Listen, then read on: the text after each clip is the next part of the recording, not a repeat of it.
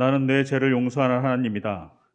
내가 너를 용서한 것은 너 때문이 아니다. 내가 더 이상 너의 죄를 기억하지 않겠다. 주님께서 은혜로우시기에 우리에게 다가오시고 고통의 자리에 같이 하시고 주님의 거룩한 이름을 위하여 우리의 죄를 기억하지 않으십니다.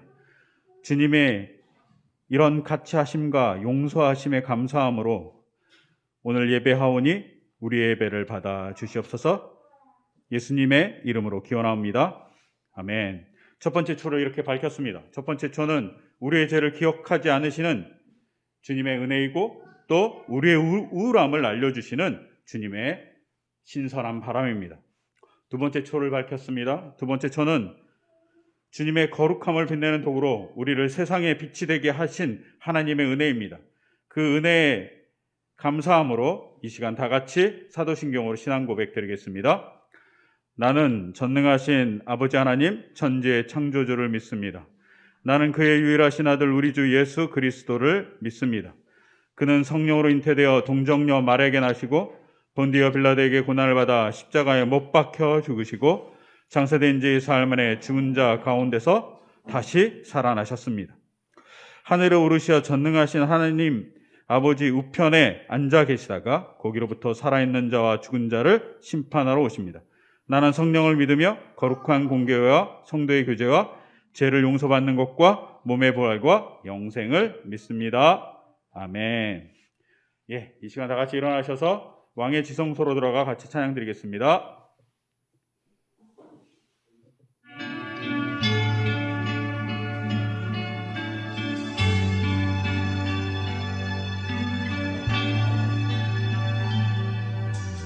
왕의 지성소에 들어가 보좌 앞에 엎드려 경배해.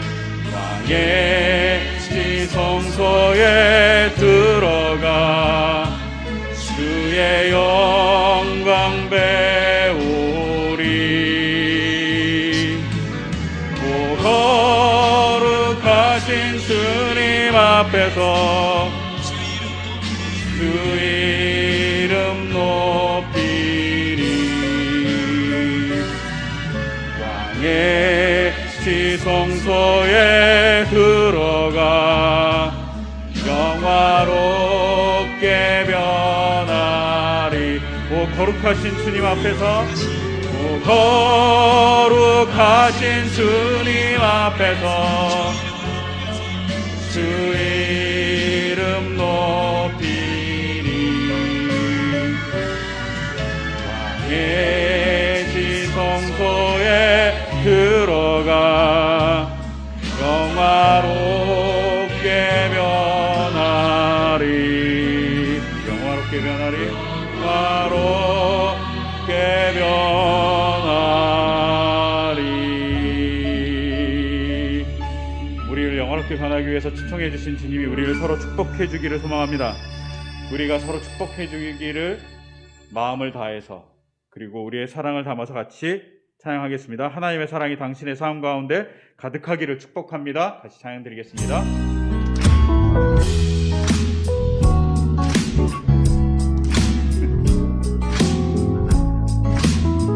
하나님의 사랑이 당신의 삶에 가득하기를.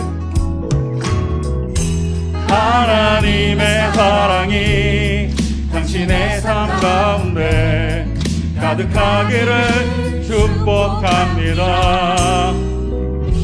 하나님의 은혜가 우리 가운데 가득하길 기도합니다. 하나님의 사랑이 당신의 삶 가운데 하나님의 사랑이 당신의 삶 가운데 가득하기를 축복합니다. 하나님의 은혜가 우리 가운데 가득하길 기도합니다. 가득하기를 기도합니다. 가득하길 기도합니다. 가득하길 기도합니다. 아멘. 우리가 하나님의 사랑이 가득하기를 찬양하겠습니다. 오늘 찬송가 260장입니다. 찬송가 260장 하나님께 같이 찬양 드리겠습니다.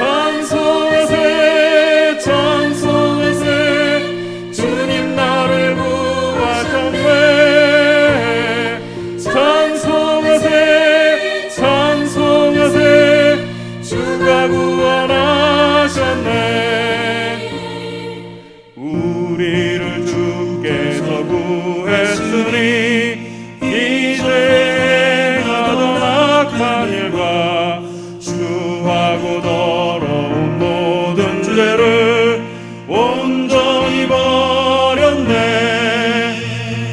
찬송하세 찬송하세 주님 나를 구하셨네.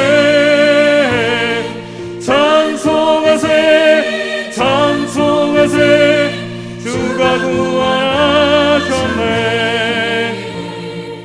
나 지금 죄에서 사함받아 거룩한 백성이 되었으니 이웃신 장막을 벗을 때도 겁날 것 없겠네.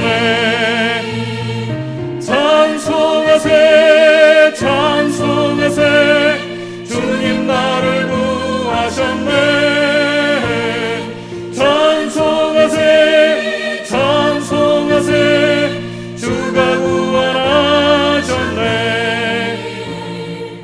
우리가 이 세상 떠날 때에 예수의 손목을 굳게 잡고 영원히 즐거운 천국에서 주와 함께 살겠네. 찬송하세 찬송하세 주님 나를 구하셨네. 찬송하세 찬송하세 주가 구원하셨네. 아멘. 또 찬송가 우리 261장 그 다음 장에 있는 찬송가 우리 다 같이 하나님께 찬양 드리겠습니다.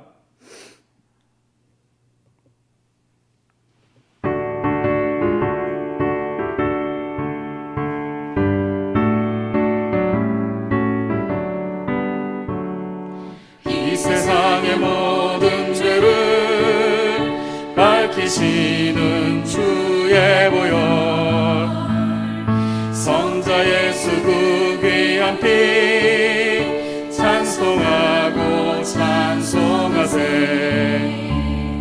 주님 앞에 멀리 떠나 길을 잃고 헤맬 때에 나의 뒤를 따라오사 친히 구원하셨도다.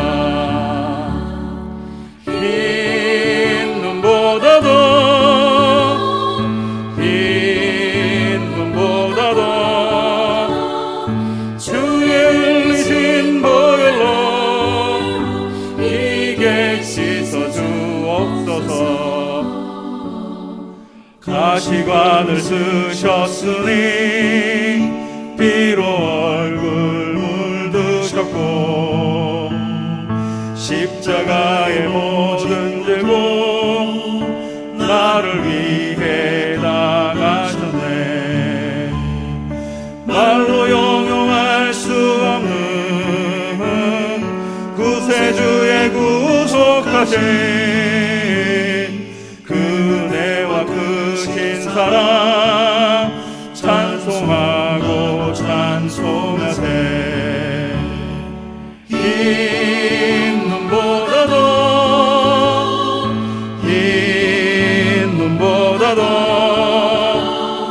주의 흘리신 보혈로 이게 씻어 주옵소서. 다 같이 일어서겠습니다. 아버지를 멀리 떠나 다른 길을 저버리고 여러 가지 죄악으로 주홍같이 되었으니 불같은 것 가지고는 씻을 수야 아주 없네. 주여 귀한 보배 피로 날 정케 하옵소서. 흰 눈보다도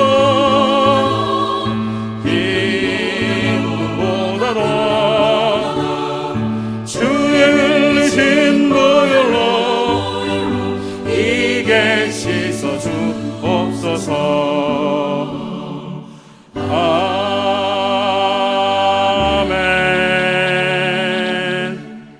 이 시간 다 같이 봉헌 기도 드리겠습니다.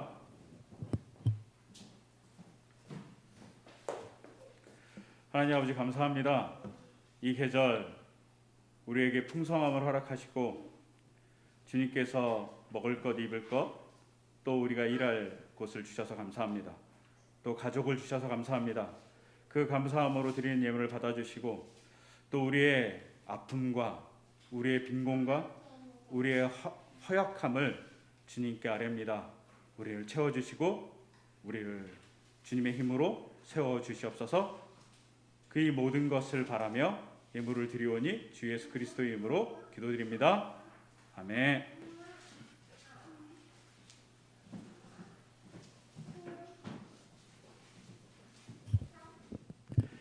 이 시간 다 같이 하나님의 말씀을 보겠습니다. 오늘 주신 구약의 말씀은 욥기 42장 7절에서 9절까지의 말씀입니다. 오늘 주신 구약의 말씀은 욥기 42장 7절에서 9절까지의 말씀입니다. 보내드린 주보를 참조해 주시거나 성경을 찾아주시면 감사하겠습니다. 이 시간 다 같이 우리 하나님의 말씀을 합독하겠습니다. 주님께서는 욥에게 말씀을 마치신 다음에 대만 사람 엘리바스에게 이렇게 말씀하셨다. 내가 너와 내 두 친구에게 분노한 것은 너희가 나를 두고 말을 할 때에 내 종 욥처럼 옳게 말하지 못하였기 때문이다. 그러므로 이제 너희는 숫송아지 7마리와 수향 7마리를 마련하여 내 종 욥에게 가지고 가서 너희가 용서받을 수 있도록 번제를 드려라. 내 종 욥이 너희를 용서하여 달라고 빌면 내가 그의 기도를 들어줄 것이다. 너희가 나를 두고 말을 할 때에 내 종 욥처럼 옳게 말하지 않고 어리석게 말하였지만 내가 그대로 갚지 않을 것이다. 그래서 대만 사람 엘리바스와 수아 사람 빌닷과 나아만 사람 소발이 가서 주님께서 그들에게 말씀하신 대로 하니 주님께서 욥의 기도를 들어주셨다. 아멘. 또 오늘 주신 서신서의 말씀은 디모데전서 1장 12절에서 16절까지의 말씀입니다. 서신서의 말씀은 디모데전서 1장 12절에서 16절까지의 말씀입니다. 이 말씀 또한 우리 다 같이 합독하겠습니다. 나는 나에게 능력을 주신 우리 주 그리스도 예수께 감사를 드립니다. 주님께서 나를 신실하게 여기셔서 나에게 이 직분을 맡겨 주셨습니다. 내가 전에는 해방자여 박해자여 폭행자였습니다. 그러나 그러한 행동은 내가 믿지 않을 때 알지 못하고 한 것이므로 하나님께서 나에게 자비를 베풀어 주셨습니다. 우리 주님께서 나에게 은혜를 넘치게 부어 주셔서 그리스도 예수 안에서 얻은 믿음과 사랑을 누리게 하셨습니다. 그리스도 예수께서 죄인을 구원하시려고 세상에 오셨다고 하는 이 말씀은 믿음직하고 모든 사람이 받아들일 만한 말씀입니다. 나는 죄인의 우두머리입니다. 그러나 하나님께서는 나에게 자비를 베푸셨습니다. 그 뜻은 그리스도 예수께서 끝없이 참아주심의 한 사례를 먼저 나에게서 드러내 보이심으로써 앞으로 예수를 믿고 영생을 얻으려고 하는 사람들의 본보기로 삼으시려는 것입니다. 아멘.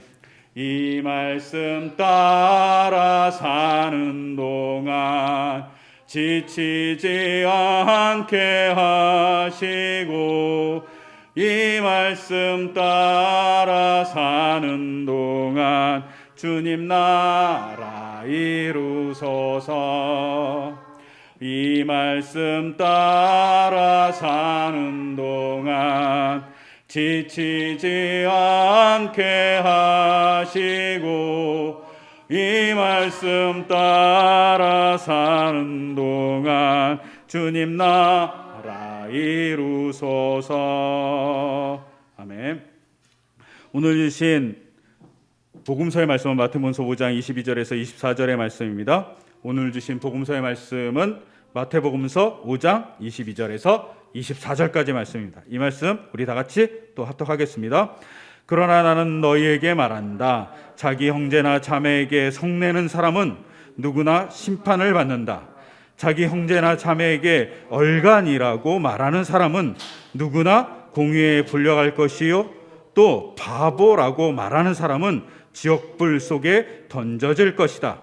그러므로 내가 제단에 제물을 드리려고 하다가 내 형제나 자매가 내게 어떤 원한을 품고 있다는 생각이 나거든 너는 그 제물을 제단 앞에 놓아두고 먼저 가서 내 형제나 자매와 화해하여라.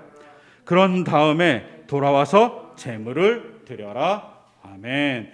이 말씀 따라 사는 동안 지치지 않게 하시고, 이 말씀 따라 사는 동안 주님 나라 이루소서.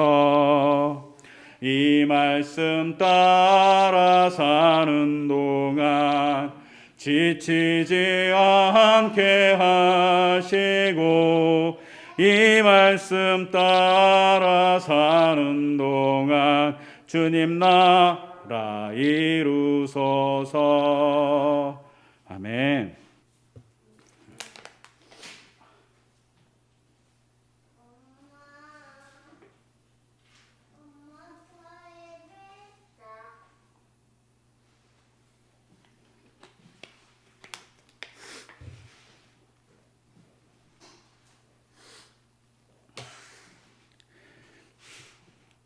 예, 죄송하게 계속 방송사고가 났습니다. 소리도 안 나가고 또 영상이 끊기고 네트워크에 문제가 있었던 것 같아요. 예, 양해를 구합니다. 제가 요 사이에 읽고 있는 책 중에 한 권이 오늘 설교의 제목입니다. 모든 용서는 아름다운가? 라는 책의 제목을 따서 설교를 이렇게 잡아왔습니다. 그리고 이 책은 최근 방송에 소개된 책이기도 합니다. 우선 이 책은 두 가지로 나눠져 있어요. 하나는 작가가 겪었던 자신의 실화를 쭉 소설같이 써놓은 일부가 있고, 이분은 이 소설 같은 내용을 어떻게 생각하는지 53명의 의견을 들은 내용이 합쳐서 있는 책입니다. 우선은 어떤 내용인지 좀 봐야 되겠죠. 저자는 비젠탈이라는 사람입니다. 이 사람은 2차 세계대전 때 폴란드의 유태인 수용소에 갇혀 있었던 사람입니다. 당장 죽어도 별 이상 없는 그런 유태인 수용소에 갇혀 있었는데, 독일인은 꼭 초인과 같이 슈퍼맨과 같은 사람이고, 유대인은 기계와 같은 존재라서 조금만 고장나도 죽여버리는 일이 발생했습니다. 그래서 유태인 수용소의 삶은 공포 그 자체였다고 이 비젠탈은 얘기합니다. 그러다가 이 과정에서 자그만치 89명이나 되는 가족, 자기의 가족이 죽게 되는 경험도 합니다. 그리고 유일하게 자신과 자신의 아내만 살아남습니다. 이런 잔혹한 수용소 생활을 하던 중에 하루는 외부에 작업을 가게 된 겁니다. 외부에 작업을 갔는데 또 우연치 않게 외부에 작업을 가자마자 어떤 여인이 그에게 다가와서 자기를 따라오라고 얘기했습니다. 그 여인은 간호사였어요. 그리고 그 낯선 곳에서 막 따라가는데 자기가 알던 곳임에도 불구하고 그곳이 너무나도 공포스러웠다고 이 사람은 얘기합니다. 그리고 간호사를 따라서 간 곳은 한 사람이 침대에 누워 있었습니다. 그 사람은 온몸에 붕대를 감고 누워 있었습니다. 온몸에 붕대를 감고 누워 있던 이 사람은 왜 이렇게 됐냐면, 전투 중에 폭탄이 옆에서 터져서 폭탄 때문에 그 파편에 맞아서 실명하고, 폭탄 때문에 온몸이 막 갈기갈기 찢기고, 그리고 폭탄 때문에 온몸이 화상을 입어서 붕대를 칭칭 감아놓은 사람입니다. 이 사람이 거의 죽을 쯤이 되었습니다. 그래서 거의 죽을 쯤이 되었을 때 이 사람이 간호사에게 부탁합니다. 내 평생에 딱 하나의 부탁이 있다고. 유대인을 데려오라고 얘기합니다. 유대인 한 명만 데려오라고. 그래서 간호사가 밖에 나가서 처음 만난 유대인을 데려온 게 바로 오늘의 주인공 비젠탈이라는 사람입니다. 비젠탈이 간호사와 더불어서 그 누워있는 사람을 만납니다. 이 누워있는 사람은 독일군이고 SS 대원이고 그리고 열심히 히틀러를 추종했던 사람입니다. 이 사람의 이름은 카를입니다. 카를은 유대인을 딱 만나고 나서 이 비젠탈이라는 사람에게 자신의 얘기를 합니다. 자기가 어릴 적 교회 생활을 정말 열심히 했다는 겁니다.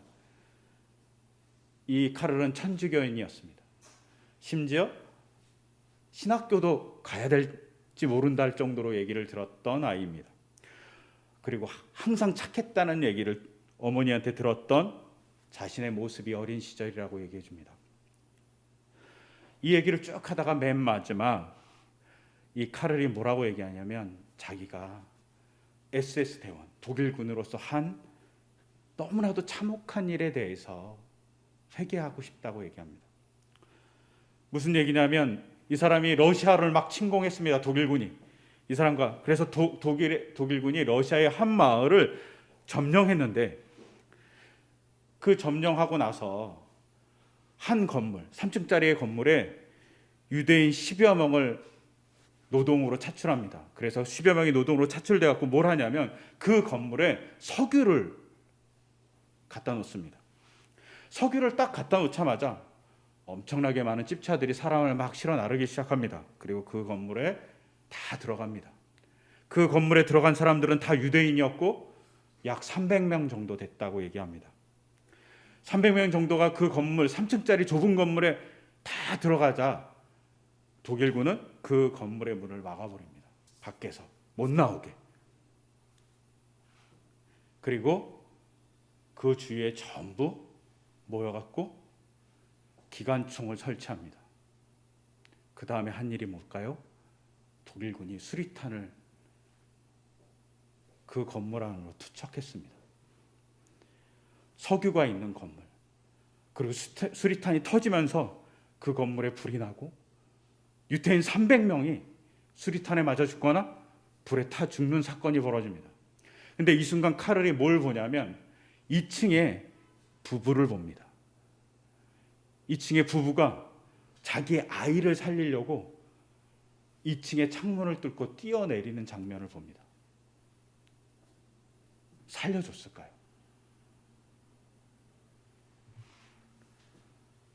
뛰어내린 이 부부는 자신들도 죽고 아이도 살리지 못합니다. 카를이 그 장소에 있었다고 얘기합니다. 카를이 자기가 죽음 위기 앞에 있을 때 회개하고 싶다고 얘기하는 겁니다. 내가 그런 잘못을 했다고. 그리고 그 잘못을 고백하는 대상으로 자기가 죽인 유대인과 똑같은 유대인 한 명을 데려와 달라고 간호사에게 부탁한 겁니다. 그리고 그 간호사는 정말 유대인을 데리고 온 거죠. 그러면서 그 유대인에게 카를은 이렇게 얘기합니다. 저는 마음 편히 죽고 싶습니다. 제발! 이라고 얘기합니다. 자신이 벌인 끔찍한 범죄의 기억을 어떻게 살 수 없어서 죄책감에 평생 시달리던 카를이란 이 병사는 참회해서 편히 죽고 싶었던 겁니다. 여러분이 만약에 카를의 고백을 들었던 비젠탈이란 유대인이면 어떻게 했을 것 같습니까? 비젠탈은 그 자리에서 아무것도 못하고 도망칩니다. 그 도망치는 장면이 어떤 거냐면 이 SS 대원 카를이 종이 한 장 들지 못할 정도로 힘이 없고 죽음이 바로 앞에 있던 사람입니다. 그런데 죽을 힘을 다해서 카를이 유대인 비젠탈을 손을 꼭 잡고 있었습니다. 용서해달라고. 그런데 그 종이 한 장 못 잡는 그 사람이 잡고 있는 손을 뿌리치고 카를은 도망가 버립니다. 그리고 수용소로 다시 돌아왔습니다. 카를은 이 기억 때문에 몸살을 앓습니다. 몸살을 앓는 게 별거 아닌 것 같지만 수용소에 몸살을 앓면 일을 못 하잖아요. 그럼 바로 죽는 겁니다. 바로 죽을 위험이 있음에도 불구하고 자기는 몸살을 앓습니다. 그리고 자기의 수용소의 동료들에게 자기가 겪었던 좀 전의 이야기를 해줍니다. SS 대원 카를이 자기에게 용서해달라고 얘기해줬다고. 근데 난 도망왔다고 얘기해줍니다. 모든 사람이 그 얘기를 듣고 침묵합니다. 뭐라고 대답할 수 없으니까요. 그리고 카를의 친한 친구 2명이 그 옆에 남아 있습니다. 그리고 나중에 이 두 친구가 카를에게 이렇게 얘기합니다. 비젠탈에게 이렇게 얘기합니다. 비젠탈, 나는 자네가 그 SS 대원을 용서해 주었을까 정말 걱정했네. 너의 얘기를 들으면서. 왜냐하면 그 많은 희생자들이 자네에게 권리를 위임하지 않은 이상 자네로서는 그를 용서해 줄 권리가 없기 때문이야. 다른 사람들의 고통을 자네의 양심으로 무마하려는 것은 오히려 끔찍한 죄가 될 수 있을 거야. 그가 다른 사람에게 저지른 죄를 자네가 용서해 줄 수 있는 위치가 아니야 라고 한 친구가 얘기합니다. 그러자 비젠탈이 친구들에게 다시 이렇게 얘기합니다. SS 대원 그 카를은 정말 깊이 뉘우치고 있었어. 진심이었어. 나를 일종의 유대인의 대표로 보는 것 같아. 민간인을 죽게 한 것은 카를이 아니라 나치였어 라고 얘기합니다. 그러자 다시 친구들이 이렇게 얘기합니다. 비젠탈, 자네가 그를 용서했다면 자네는 평생 자네 자신을 용서할 수 없었을 거네. 분명한 한 가지는 자네는 오로지 자네가 당한 일에 대해서만 누군가를 용서할 수 있어 라고 얘기합니다. 비젠탈은 SS 대원 카를의 참회를 듣고 그를 용서해 줘야 될지 말아야 할지 너무 고민이 되었던 겁니다.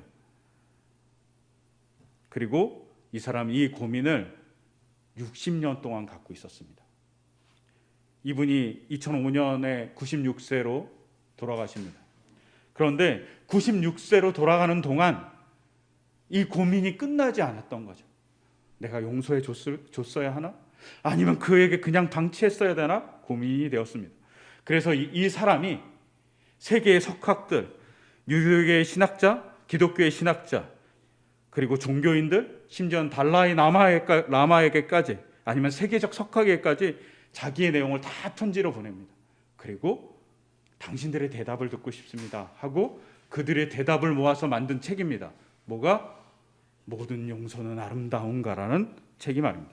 그리고 53명의 세계적인 저명한 인사들이 혹은 석학들이 답을 달았습니다. 근데 다 제각기 다릅니다. 어떤 사람은 용서해 줘야 된다고 그러고 어떤 사람은 그냥 방치해야 된다고 얘기하는 사람들도 있었습니다. 그리고 이 비젠탈은 2차 세계대전이 끝난 다음에 유대 역사 기록 센터라는 것을 설립하고 나치 전범들을 추적하는 일을 합니다. 그리고 나치 전범들을 심판하는 일을 해서 그 유명한 사람, 바로 유대인의 말살 전체의 실무자였던 아이만을 잡는 사람이기도 합니다. 그럼에도 불구하고 이 사람은 끊임없이 자기의 카를에 대한 기억을 갖고 살아갑니다. 용서해 줬어야 되나 말아야 됐어야 되나 라고 생각합니다. 제가 이 책을 읽으면서 기억났던 두 가지의 사건이 있습니다. 아니면 영화랑 책이 있습니다. 하나는 밀양입니다. 그리고 하나는 성경책입니다. 성경책 중에 예수님과 더불어서 십자가에 달렸던 한 제수가 죽기 바로 직전에 용서를 받습니다. 그러면 이렇게 밀양에서와 같이 혹은 예수님과 더불어 십자가에 달린 사람이 죄의 용서를 받아서 낙원에 갔다는 그 사건과 이 사건을 대비해 보면, 카를의 사건을 대비해 보면 용서해 줘야 될 것 같은 느낌이 듭니다. 근데 여기엔 몇 가지 오해가 있습니다. 첫째, 밀양에서 유괴범이 아이를 유괴해서 살해합니다. 그리고 그 죽인 아이의 어머니가 자기의 교도소로 찾아왔을 때 이렇게 얘기합니다. 저는 예수님을 믿고 용서받았습니다. 엄마가 막 분노하죠. 내가 용서하지 않았는데 하나님이 막 용서했다고 분노합니다. 그런데 여기에 기독교에 대한 오해가 있습니다. 아니면 기독교가 그동안 해왔던 오류에 많은 산적한 오류들이 쌓여서 만든 약간의 잘못된 방향의 오해가 있습니다. 그건 뭐냐면 오늘 읽었던 우리가 마태복음 5장 22절 24절을 보면 어떤 사람이 누군가에게 해코지를 합니다. 어리석다고 얘기도 하고 바보라고 얘기도 하고 얼간이라고 얘기도 합니다. 그래서 그 얘기는 그에게 해를 끼친 것이죠. 근데 그렇게 해를 끼쳤던 사람이 제사를 드리기 위해서 제단에 갔는데 갑자기 자기가 그 사람에게 해를 끼친 것이 생각난 겁니다. 아니면 깨달음을 얻은 거죠. 그러자 그가 어떻게 합니까? 제단에 제물을 놔두고 가서 먼저 그 형제에게 잘못한 것을 화해하라고 얘기합니다. 그리고 그 다음에 돌아와서 제물을 드리라고 얘기합니다.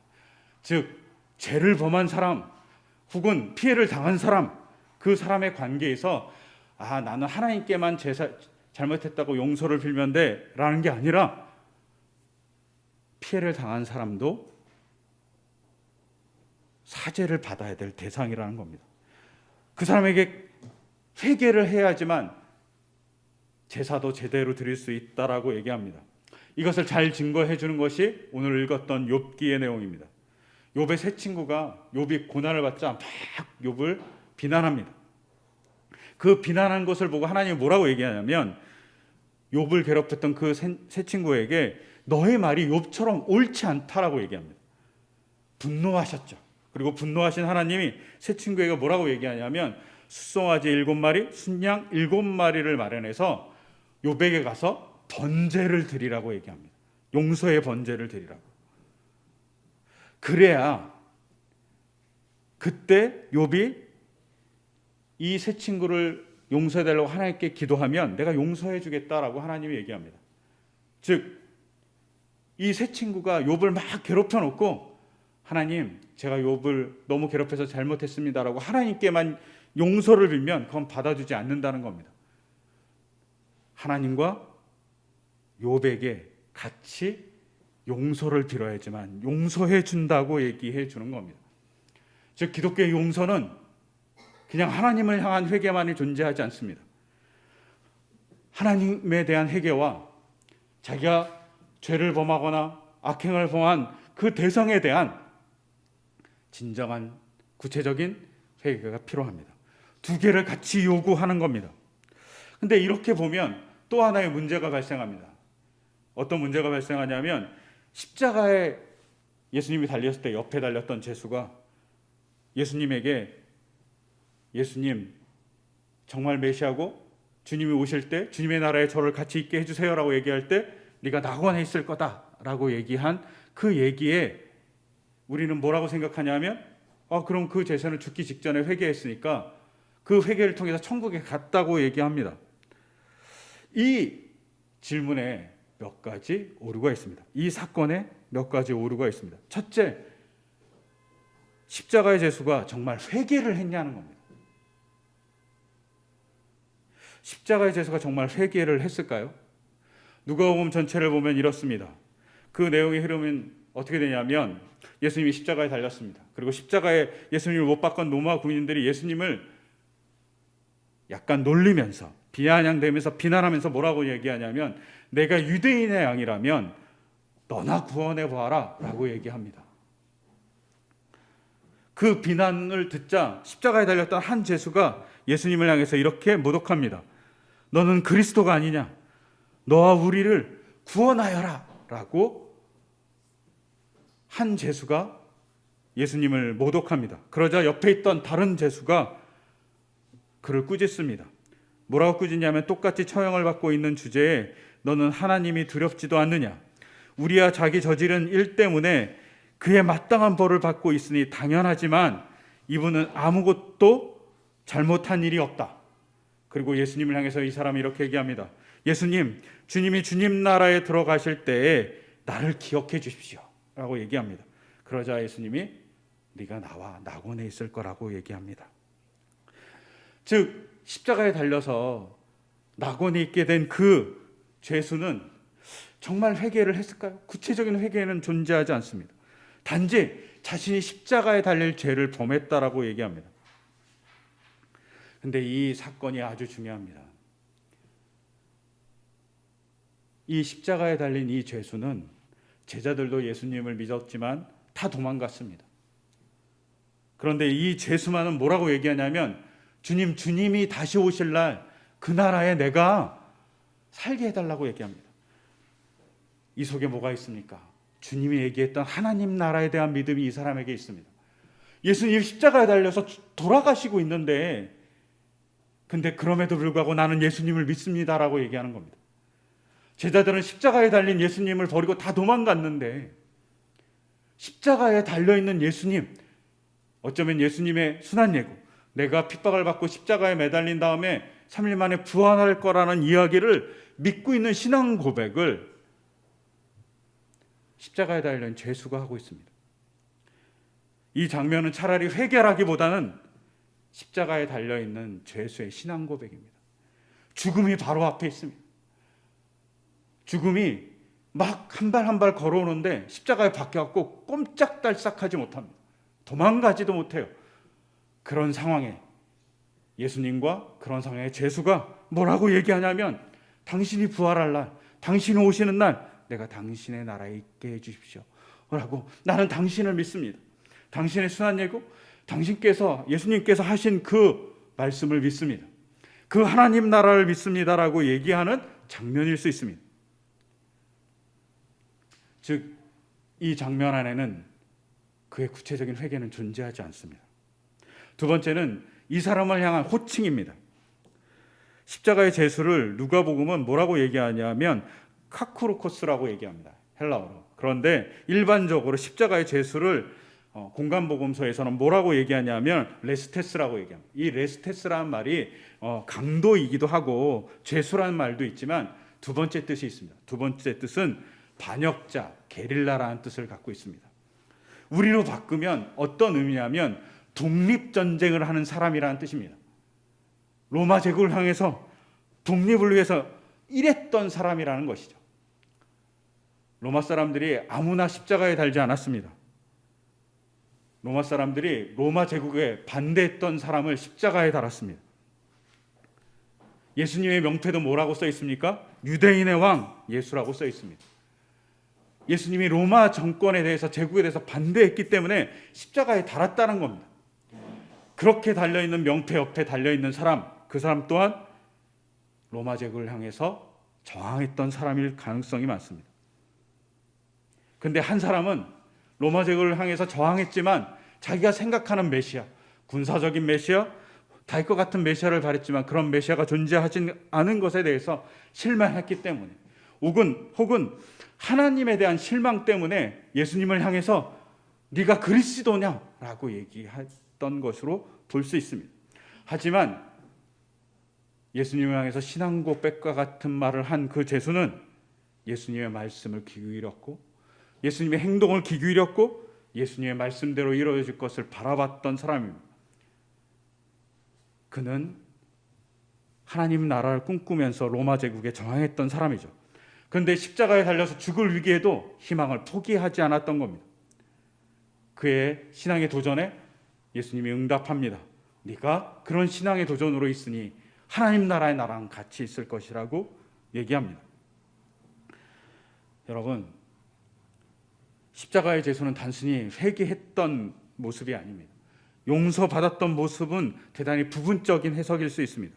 십자가에 달린 죄수가 예수님과 더불어서 낙원에 있게 된 것은 그의 믿음의 고백, 혹은 믿음을 가지고 끊임없이 도전하는 삶에 십자가에 달려있는 예수님이 움직이지 못하면서도 그 도전을 인정해 주시고 도전이 참되다고 선포한 사건일 수 있습니다. 즉, 죄의 고백은 단순히 하나님을 향해서만 존재하는 게 아닙니다.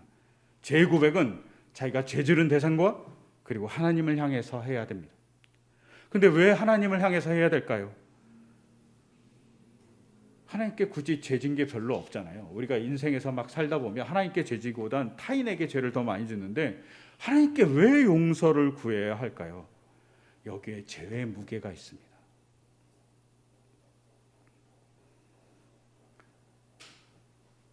여러분, 오늘 읽었던 바울이 자신은 죄인의 우두머리라고 얘기합니다. 근데 이렇게 왜 얘기합니까? 자기가 예수님을 알기 전, 혹은 예수님을 믿기 전에 예수님을 믿는 사람들을 잡아서 괴롭혔던 박해자고 폭력자고 폭행자라고 얘기합니다. 그런데 이렇게 폭행을 할 때 사도행전 9장을 보면 예수님이 이렇게 얘기합니다. 막 바울이 다메섹을 향해서 막 가면서 예수님을 믿는 사람들을 잡아서 가두기 위해서 갈 때 예수님이 그에게 나타납니다. 그러자 바울이 이렇게 얘기합니다. 주님, 당신 누구입니까? 이렇게 얘기할 때 예수님이 뭐라고 얘기하냐면, 네가 괴롭히는 기독교인, 그 기독교인이 믿는 예수다라고 얘기하지 않습니다. 네가 괴롭히고 있는 기독교인의 예수다 이렇게 얘기하는 게 아니라, 예수님이 바울에게 뭐라고 얘기하냐면, 나는 바로 내가 핍박하는 예수다라고 얘기합니다. 예수님이 핍박받고 있지 않잖아요. 그런데 예수님이 자기가 핍박받고 있다고 얘기합니다. 기독교인이 핍박받는 자리에 바로 예수님도 계신 겁니다. 기독교인이 핍박하는 곳에 기독교인만 있는 게 아니라 예수님이 같이 계시는 겁니다. 그 고통을 같이 감내하고 있다고 얘기하는 겁니다. 예수님이 그 고통을 같이 감내하기 위해서 상징적으로 보여준 것이 십자가입니다. 여러분, 십자가를 신명기 21장 23절을 보면 십자가를 혹은 나무를 뭐라고 얘기하냐면, 나무에 달려 죽은 죽음은 저주의 상징이라고 얘기합니다. 예수님이 저주받은 상징으로 죽으신 거예요. 이 저주받았던 상징이 뭐 별거 아닌 거라고 생각하지만, 나무에 달려서 죽은 그 사람은 어떤 사람이냐면, 아무리 의로운 사람이라도 구원받지 못하고, 아무리 의로운 사람이라도 천국에 갈 수 없고, 아무리 의로운 사람이라도 부활이 있다면 부활할 수 없다고 생각했어요, 유대인들이. 그런 처참한 죽음을 예수님이 당하신 겁니다. 근데 그 처참한 죽음을 왜 당합니까? 그렇게 처참한 대우를 받고 있는 사람과 나는 동일하다고 얘기하고 있는 겁니다. 꼭 누군가 같이요? 바울이 예수님을 믿지 않았을 때 예수님을 믿는 사람을 괴롭혔던 그 사건에서 예수님이 자신이 그렇게 당하고 있었다라고, 그 자리 괴롭힘을 내가 당하고 있었다라고 얘기하는 그 사건에서 우리는 누군가를 괴롭히는 일이 그 사람만 괴롭히는 게 아니라, 누군가에게 범죄를 하는 일이 그 사람에게만 범죄를 하는 게 아니라 바로 하나님에게, 예수님에게, 성령님에게 동일하게 범죄를 하고 있다는 거죠. 왜? 하나님이 그 자리에 있으니까. 하나님이 그들과 함께 하고 있으니까 하나님에게도 범죄를 저지르는 겁니다. 그러니 우리는 하나님께 회개해야만 하는 것이죠. 이것을 현재로 바꾸잖아요. 그러면 우리가 많이 하는 행악들입니다. 우리가 많이 하는 누군가에 대해서 조금 잘못하는 것들은 그 사람에게만 잘못하는 게 아니라 그 사람과 같이 계시는 하나님께 잘못하는 것이 됩니다. 또한 이 사회에 많은 어려움들이 있습니다. 초기 대한민국 정부가 있을 때 공산주의자라고 누명을 쓰여서 죽은 많은 분들의 자리에 신이 처참한 죽음을 감내했던 그 모습을 그들과 같이 하셨을 것입니다. 1980년 5월 광주에도 마찬가지입니다. 몇 년 전 세월호 사건에서도 순수한 청년들, 순수한 학생들이 죽을 때 그 자리에 참혹함에 같이 계셨을 겁니다. 얼마 전 영종도의 모 아파트에서 이주민 대표가 아이를 자기 놀이터에 놓는다고 물건을 파손하는 죄로 관리실에 그들을 거의 가둬놓고 경찰과 학부모를 불렀다는 겁니다. 그리고 얘네들이 도둑이라고까지 얘기했다는 겁니다. 그 자리 상처받은 부모와 아이들의 그 상처에도 바로 하나님이 계셨을 겁니다. 비리와 권력 남용, 투기, 그것 때문에 망가진 삶의 자리에도 그것을 아파하면서 신음하는 그 자리에 바로 하나님이 계셨을 겁니다. 예수님이 십자가의 그 처참한 저주받은 상징으로 그들의 아픔을 안아주고 계셨을 것입니다. 여러분, 예수님에게 회개해야 할 이유는 그 자리에 예수님이 계셨기 때문입니다. 그런데 예수님에게만 회개하면 안 되고 마태복음과 욥기는 그 대상에게도 회개해야 된다고 얘기합니다. 같이 할 때 신은 그것을 틀어준다고 얘기합니다. 여러분, 여기에 회개의 무게가 있습니다. 그리고 회개를 통해서 받는 용서의 그 용서가 얼마나 큰지를 알 수 있습니다. 바울이 그래서 뭐라고 얘기하냐면 디모데 전서에서 자기는 죄인의 우두머리라고 얘기합니다. 이 죄인의 우두머리라고 얘기하는 게 과거형으로 되어 있지 않아요. 내가 과거에 예수님 믿기 전에 사람들을 그렇게 못 살게 굴었어 라고 얘기하는 게 아니라 나는 지금도 죄인입니다 라고 얘기합니다. 여기엔 두 가지 의미입니다. 하나는 내가 이렇게 큰 죄를 범했음에도 불구하고 하나님이 나를 이렇게 용서해 주셨어 라는 은혜에 대한 감사입니다. 현재적 감사죠. 그리고 두 번째는 자기의 죄가 아직까지 현재형이라는 겁니다. 자기가 괴롭혀서 그 괴롭힘을 당했던 많은 기독교인들이 자기가 사도이지만 아직 존재한다는 것에 대한 미안함, 그리고 계속 그들을 위해서 사역하기 위한 자기의 현재적인 사죄입니다. 그래서 바울은 나는 죄인의 우두머리였습니다라고 과거로 쓰는 게 아니라 나는 죄인의 우두머리이다라고 현재형으로 쓰고 있는 것입니다. 여러분, 우리는 회개 그 자리에 있습니다. 근데 그 회개의 자리는 죄 혹은 피해를 당한 사람, 그 사람에게도 항하고 하나님에게도 항하는 겁니다. 기독교인의 죄의 무게는 이렇습니다. 이 죄의 무게를 우리가 잘 생각하면서 우리의 삶을 바라보고 또 주님의 은혜를 경험하는 우리의 삶이 되기를 소망합니다. 그런 소망을 담아서 이 시간 제가 기도드리겠습니다. 하나님 아버지, 저희가 죄인입니다. 저희가 삶에 의도하지 않건 의도하건 가끔은 어려움을 만들어냅니다. 하나님, 그 어려움을 만들어낼 때마다 하나님께 우리는 회개합니다.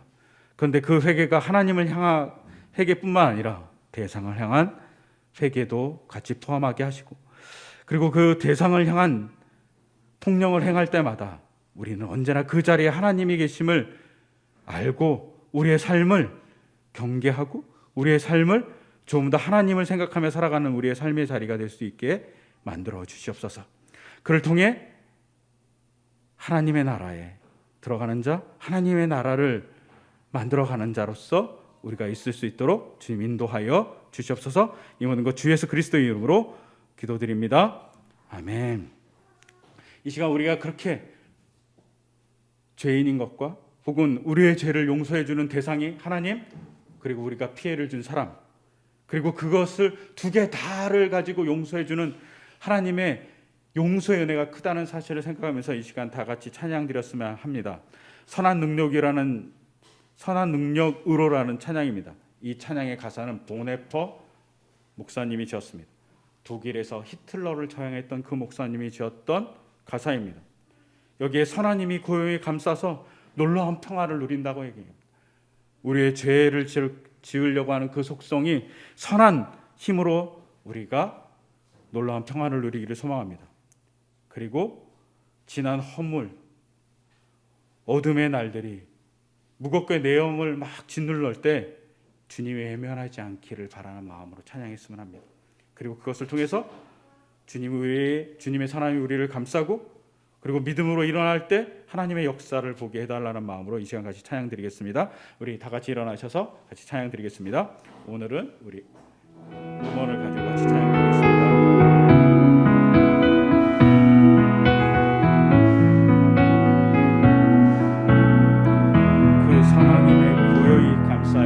그 선한 힘에 고요히 감싸여 그 놀라운 평화를 누리며 나 그대들과 함께 걸어가네. 나 그대들과 한 해를 여네. 지나가 넘을 어둠의 날들이 무겁게 내 영혼 짓눌러도 오 주여 우릴 외면치 마시고 약속의 구원을 이루소서. 그 감싸시니 믿음으로 일어날 일 기대하네. 주 언제나 우리와 함께 계셔 하루 또 하루가 늘 새로워. 주께서 밝히신 작은 촛불이 어둠을 헤치고 타오르네. 그 빛에 우리 모두 하나 되어 온 누리에 비추게 하소서. 그 선하님이 우리를 감싸시니 그 선하님이 우리를 감싸시니 믿음으로 일어날 기대하네. 주 언제나 우리와 함께 계셔 하루 또 하루가 늘 새로워. 이 고요함이 깊이 번질 이 갈때 고요함이 깊이 번져갈 때 저 가슴 벅찬 노래 들리네. 다시 하나가 되게 이끄소서. 당신의 빛이 빛나는 이 밤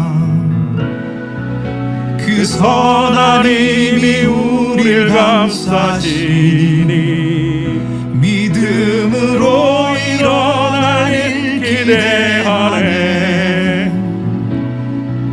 주 언제나 우리와 함께 계셔 하루 또 하루가 늘 새로워. 하루 또 하루가 늘 새로워. 하루 또 하루가 늘 새로워. 하루 또 하루가 늘 새로워. 하루 또 하루가 늘 새로워. 아멘. 이 시간 우리가 같이 기도하기를 소망합니다. 우리의 죄를 용서해 주신 주님의 그 용서의 크기가 얼마나 큰지, 그것이 단순히 한 사람을 향한 것이 아니라 주님을 향한 죄까지 둘을 향한 죄를 용서해 주는 십자가의 사랑이 있습니다. 그러면 우리는 경계해야 합니다. 우리의 폭력은 한 사람을 향한 폭력이 아니라 주님을 향한 폭력이라는 사실을, 우리가 그런 은혜와 폭력을 깨달아 살아가는 우리 되게 해달라고 이 시간 잠시 같이 기도하고 주님 우리를 보살펴 달라고 같이 기도하겠습니다.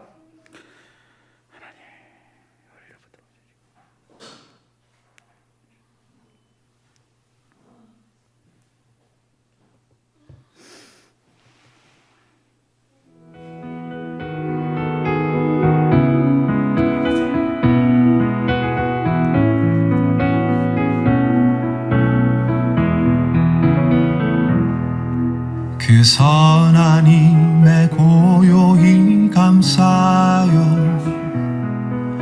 그 놀라운 평화를 누리며 나 그대들과 함께 걸어가네. 나 그대들과 한 해를 여네. 하나님 아버지, 우리의 삶의 자리가 주님의 사랑의 자리입니다. 그것은 주님의 큰 용서가 존재했기 때문입니다. 우리가 행한 폭력을 주님도 당했는데 그 폭력을 용서해 준 주님의 사랑이 있습니다. 그리고 우리에게 요구하십니다. 그 사랑을 믿고 우리 또한 참된 회개를 하고 참된 사랑을 하라고 얘기합니다. 주님 그 사랑을 실천할 수 있는 우리에게 용기를 주시고 회개의 은혜를 주시고 그를 통해 하나님을 만나는 경험이 우리에게 있도록 주께서 인도하여 주시옵소서. 이런 우리를 축복해 주시기를 소망하며 주님이 그대 앞에 계셔서 그대에게 바른 길 보이시기 바랍니다. 주님이 그대의 곁에 계셔서 그대를 팔로 껴안아 지키시기 바랍니다. 주님이 그대 뒤에 계셔서 못된 사람들의 흉계에서 그대를 도전하시기 바랍니다. 주님이 그대 아래에 계셔서 그대가 떨어지면 받아주시고 그대를 덫에서 끄집어 내시기 바랍니다. 주님이 그대 안에 계셔서 그대가 슬퍼할 때에 그대를 위로하시기 바랍니다. 주님이 그대 둘레에 계셔서 남들이 그대를 덮칠 때 막아주시기 바랍니다. 주님이 그대 위에 계셔서 그대에게 복 주시기 바랍니다. 이처럼 그대에게 은혜로우신 하나님이 복 주시기 바랍니다. 이제는 주 예수 그리스도의 은혜와 하나님 아버지의 극진하신 사랑과 성령님의 인도하심이 그리고 용서하심이 우리의 삶의 자리에 같이 하시기를 간절히 축원하옵나이다. 아멘.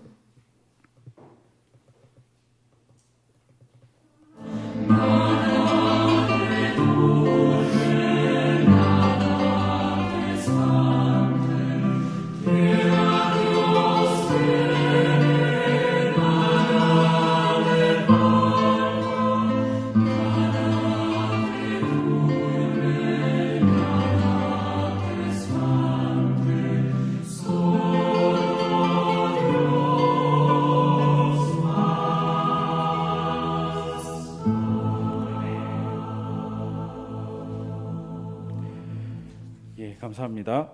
광고를 드리겠습니다. 오늘 방송사고 여러 번 쳤습니다. 죄송합니다. 우리가 잘 될 수 있도록 조금 더 정비하고요. 그리고 저희가 약간 소리를 더 키워보려고 노력했는데 그 사이에 방송사고가 많이 났어요. 죄송해요.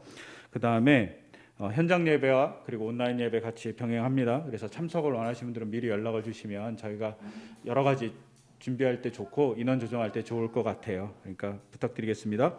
그리고 다음 주가 왕이신 그리스도 주일이고 그 다음 주가 대림절입니다. 그래서 우리 한번 생각하고 왕이신 주일은 1년을 마무리하는 주일입니다. 그리고 대림절 1년을 시작하는 주일입니다. 교회록으로 그걸 생각하시면서 준비해 주셨으면 좋을 것 같고요.